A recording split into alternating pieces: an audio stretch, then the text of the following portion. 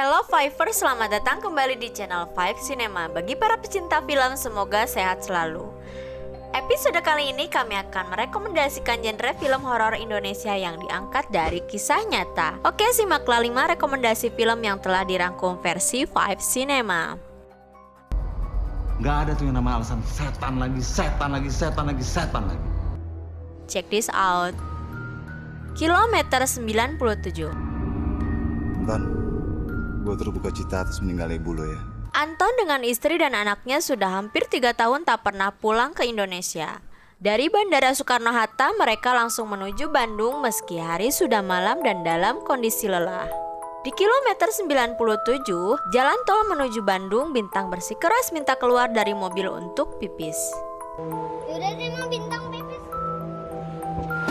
Malam hari mereka tiba di rumah keluarganya. Mereka disambut oleh Mang Ule, kepercayaan keluarganya. Ayahnya marah karena Anton tak bisa hadir di pemakaman ibunya. Anton mana?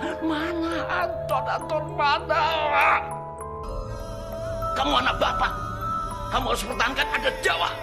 Melewati malam, Lydia merasakan rumah mertuanya ini tak bersahabat padanya. Beberapa kali muncul penampakan-penampakan yang membuatnya takut. Keesokan harinya kejadian-kejadian aneh mengerikan terjadi lagi. Bileha, seorang pembantu, tiba-tiba hilang begitu saja.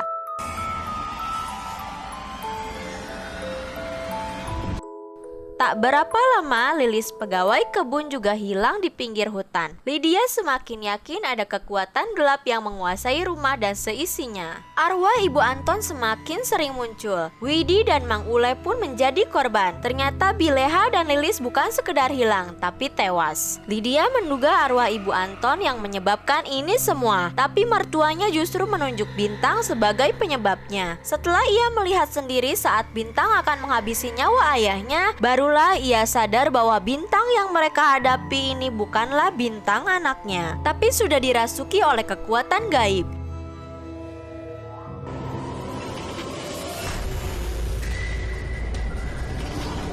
Dengan segala cara, Lydia dan Anton berhasil melumpuhkan Bintang dan segera membawanya pergi.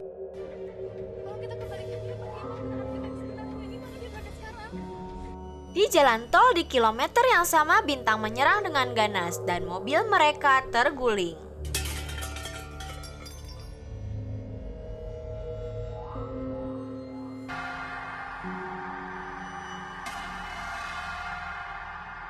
Keluarga tak kasat mata.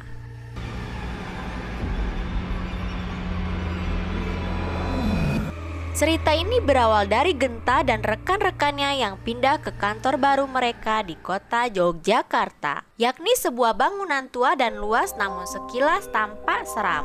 Perusahaan yang bergerak di bidang periklanan itu hanya memiliki karyawan beberapa orang saja selain Genta dan Rudi serta Andrea. Karena banyak pekerjaan, Genta dan rekan-rekannya harus sering lembur di kantor. Alhasil, berbagai peristiwa aneh pun mereka alami. Hal mistis itu disebabkan oleh para penghuni yang tidak kasat mata di kantor.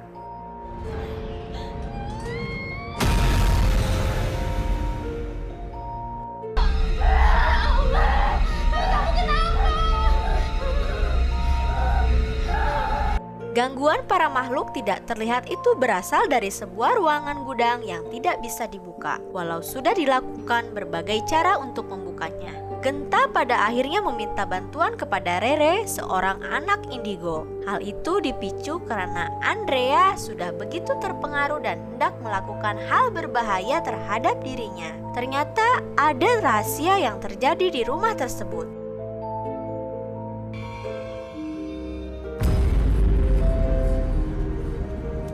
Sehingga peristiwa mistis kerap dialami oleh Genta dan yang lainnya. Peristiwa tragis pernah menimpa satu keluarga penghuni lama di sana. Rumah Gurita. Kamu gambar apa? Selina merupakan seorang gadis yang hanya menginginkan kehidupan biasa dan normal. Dia memiliki kemampuan indera keenam. Hal ini membuatnya sering dipandang aneh dan dibully oleh lingkungannya, termasuk kakaknya dan suaminya yang sering memintanya untuk pindah dari rumah mereka. Setelah diputuskan oleh pacarnya dan dipermalukan oleh teman-temannya sendiri, Daripada rumahnya dibiarkan kosong, tidak ada yang ngurus, kan lebih baik kamu tempatin. Selina memutuskan untuk mulai kehidupan barunya di Bandung. Ia tinggal di rumah warisan almarhum orang tuanya yang dijuluki sebagai rumah gurita. Tapi Selena tahu, dia tidak sendirian di rumah itu.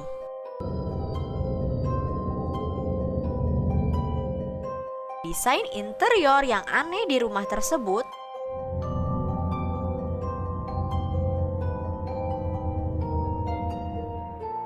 Rio, tetangga yang sudah lama tinggal di depan rumah tersebut, mengatakan kalau tidak ada yang perlu ditakuti.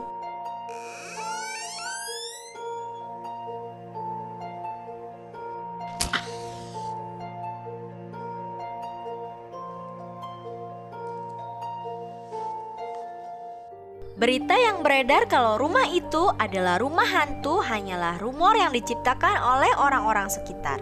Patung-patung itu dibuat hanya untuk menutupi talang air di dalamnya. Tidak ada hubungannya dengan penyembahan-penyembahan. Ku minta kau untuk merelakan diri untuk tidak menginjak dunia ini. Menyerahlah. 308. Yang dipercaya oleh pemilik kamar.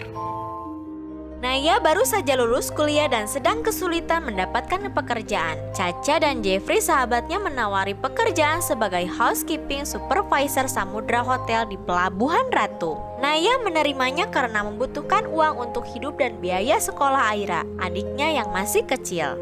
Tapi gue ini kan lulusan S1 Business Management. Gue gak ngerti hotel. Halo Naya, Hai. kamu terlihat lebih cantik. Ia memperbolehkan Naya membawa Aira bersamanya. Ternyata hotel ditutup selama seminggu karena ada fogging. Hotel ini mulai sebentar sore akan ditutup. Makanya sekarang sedang dibersih-bersihkan. Semua karyawan hotel pulang kecuali beberapa orang saja. Keadaan hotel yang sepi membuat Naya merasa kurang nyaman. Apalagi ada 2 peraturan aneh. Jangan pernah masuk ke kamar 308. Peraturan kedua, dilarang memakai baju berwarna hijau. Namanya Nyi Roro Kidul.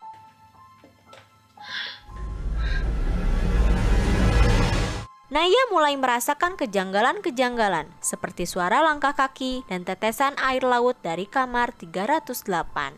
Danur. Namaku Risa. Aku bisa melihat mereka yang kalian sebut. Dan di hari ulang tahunnya yang ke-8, Risa minta kado seorang teman agar ia tidak kesepian lagi. Jadi, aku memang lebih sering sendirian. Ibunya kerap mendapati anaknya bermain dan tertawa sendiri, seolah-olah ia sedang bersama banyak teman. Aku boleh ikut main? Kelak ibunya mengetahui sahabat-sahabat Risa adalah hantu. Kalian yang coret-coret lantai ya? Ibunya kemudian mencari jalan untuk memisahkan Risa dari hantu-hantu itu. Istighfar. Risa. Dengan terpaksa, teman Risa pergi dari rumah neneknya. 9 tahun kemudian, Risa kembali ke rumah tersebut menjaga nenek bersama adiknya Riri.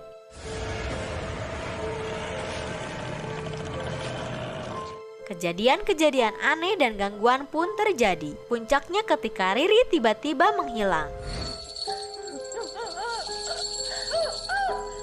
Risa harus menyelamatkan adiknya dari hantu jahat yang berencana membawa Riri ke dunia lain.